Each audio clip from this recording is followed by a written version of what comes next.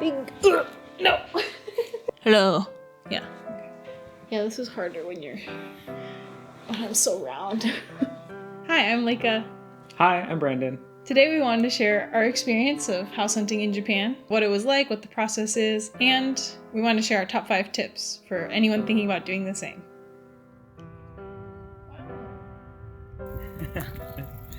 We got bikes. So we got into the house hunting to start with. Leica found an Instagram page, Cheap Houses Japan. I scrolled back and I found this house that just really struck me, and it was totally our style, super cute, had a beautiful view. It's the right location that we were looking at. Yeah, in the city that we wanted. I think I got pretty hooked on it, maybe fell in love a little bit. So that's another thing with house hunting, is prepare to have your heart broken a couple of times, but you'll find the right one eventually. So it's worth it. We reached out, it was like it's a long shot, but we'll see if it's still on the market, and it was. So since we had our trip to Japan coming up, we were like, well, we'll set up a time to do a tour, meet with a realtor, and check out the house. And since we were going to Japan anyway, we're like, we'll find another house or so to look at as well, because a little more experience. Yeah, we saw that one house that Leica really liked. It was gorgeous. It was so cute. But we did trek how many miles uphill? It was really middle of nowhere in the mountains. For some reason we decided to bike there, and so we didn't want to take a taxi. So it was really cute. It was in pretty good condition, all things considered, and it was just too far in the middle of nowhere, far from any conveniences, services. So that house was kind of didn't end up working out. We had set up, another tour with a different realtor, different house. And so we went from Bizen to Soja, and that house was massive amount of land, double the amount of land that we have right now, but it was most of that was entirely just a forested mountain plot. Which happens a lot with some of these listings. You'll get a little plot out in the middle of nowhere, and I don't remember why, but you just kind of disconnected from your main. And there's not even hiking paths or anything. You just get a piece of mountain.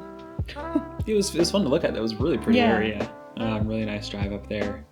And it just... I know, you were so excited. You were I thought it was walking cute. Up the stairs. You're like, I can actually visualize this. I can see us living here. It was a cute one. Ultimately, just the condition of the house. And it also had a shed that was full of stuff. I'm a big thrifter, so I would love to look through and see what kind of stuff is salvageable, but I think when we were looking for our place, we don't want to go through and throw everything away, especially because Japan has a really strict garbage and recycling protocol. So, things to think about. Overall, house hunting in any country is a big roller coaster of emotions, but we went through a little bit. We fell in love a couple times, realized some things weren't going to work out super well. We eventually found one that works for our situation. Throughout that whole process, I think we learned a couple of things. Actually, we learned a lot of things. And so we want to share our top 5 tips for buying an abandoned house in Japan. Yeah. I think number 1, first thing, location. Where do you want to live, basically, and what kind of environment do you want? What sort of weather, climate? Attractions nearby. Yeah. Are you a big skier, or do you want the beach, or do you want mountains? Things that were important. And our considerations for location was climate, because we're wanting to have a hobby farm there, and so where can we grow a lot of things? She is terrified of Mother Earth trying to kill us, so... As we all should be. We looked at a lot of hazard maps, where you can kind of pinpoint this piece of land is on a landslide-prone piece, or there might be flooding from the nearby river. And they have those on the city websites. They'll have PDFs of their hazard maps that you can look at. Yeah, but it's kind of tricky to find, though. A little tricky, yeah. If you don't read Japanese like me, then it's a little hard. Look for the kanji that goes like this. Fire. If you have a friend that speaks and reads Japanese, that'll be super helpful. Yeah. Tip number 2, house condition. As we were looking at houses, obviously them being abandoned houses, typically these are going to be older homes. So sometimes you'll find ones that are randomly newer builds. Yeah, there's some from the 70s, 80s. But most of these are older builds, and so construction and condition come into mind. In the US, it's really common for you, when you're buying a home, to have a home inspection, have somebody come look at the place, make sure everything's in good order. But in Japan, they don't do them as much. It's almost a little bit offensive to ask.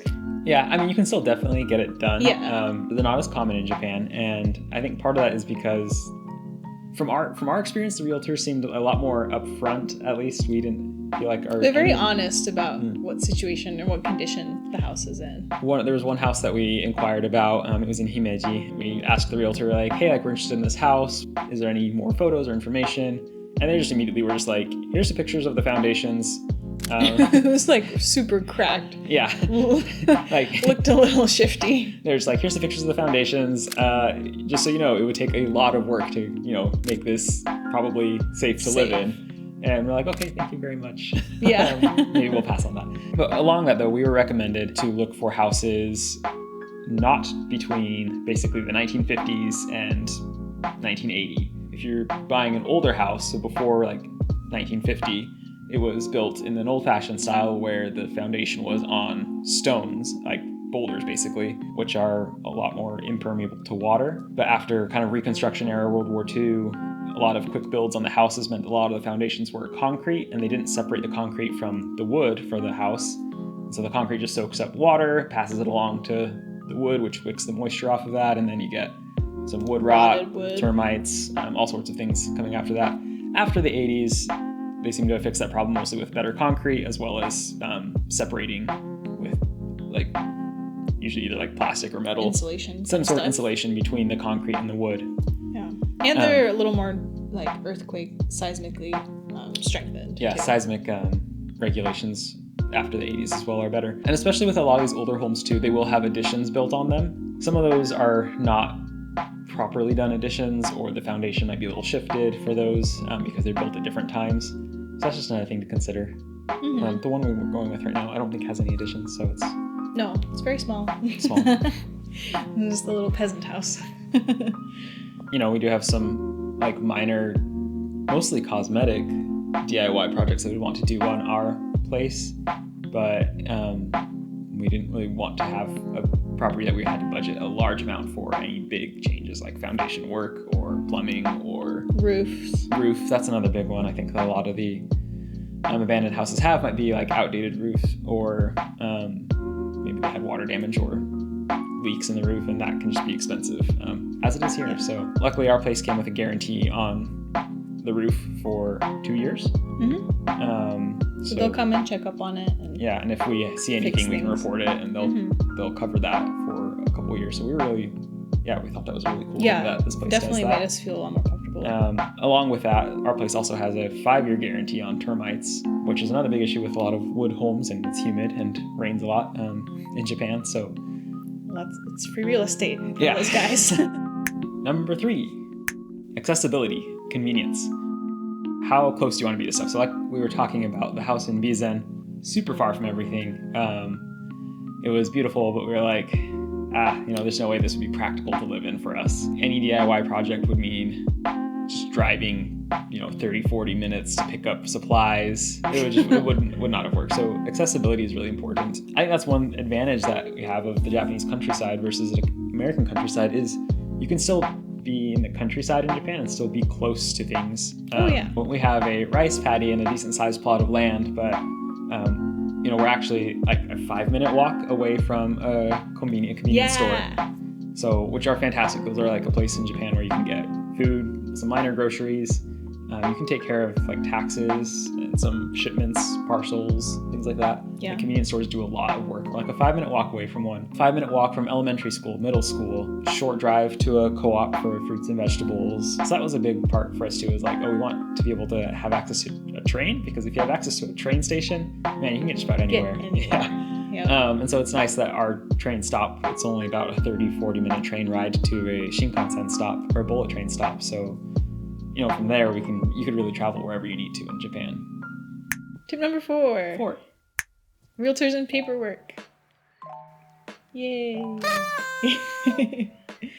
No, actually they can be kind of a doozy. So if you're not comfortable in your Japanese language ability, make sure that you find someone who is, or just hire a good translator / intermediary. There is a small chance that realtors won't want to work with you if you're a foreigner. Some of these places are smaller realty groups. The ones that we did were like pretty local to the area. And so they might not have someone that speaks English well or feels comfortable in that. And so they might even just be like, oh, these people don't speak our language. We don't speak their language. We can't work with you, sorry. Yeah, you want to make that good impression from the start if you're working with them. We started our house purchasing it under my name initially. I was doing the communication. I was like, oh, we'll purchase it. It was going to be a little more difficult and a little tricky to just a lot more hoops to jump through with being a foreigner, not holding citizenship or residency in Japan. Still possible, but it just would have been a little bit more of back and forth. And so we did end up opting to just buy it under Leika's name. And so that was part of the reason why she took a trip out there, was to finalize that. And working with someone who's a citizen, they were able to do it in their normal way. And so they were a lot more comfortable with that. It's just a lot easier to get everything done in person. Mm-hmm. So once you found a good home that you like, you might have to put it into your budget beforehand of making that one last trip to finalize the house purchase. Side note, buying a property in Japan does not increase your chances of getting a permanent visa or help you with immigration or anything at all. You just still can buy land, but you got to figure out a way to stay there for what you want. Tip number 5.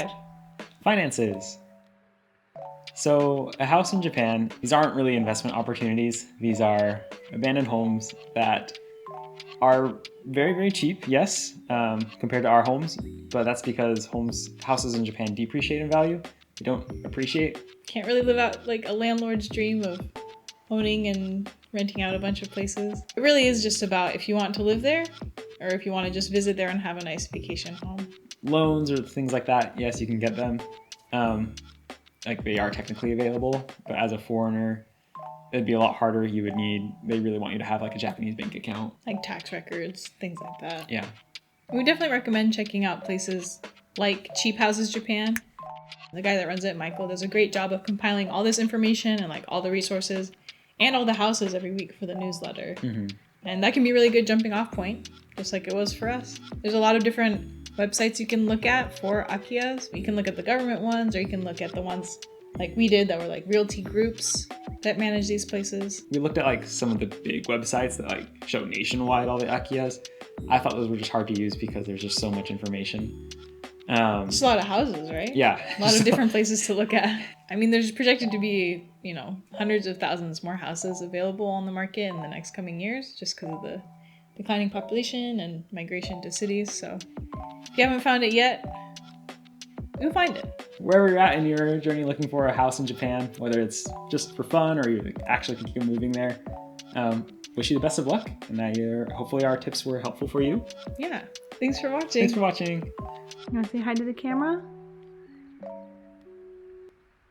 Oh, a slow blink. That's good too.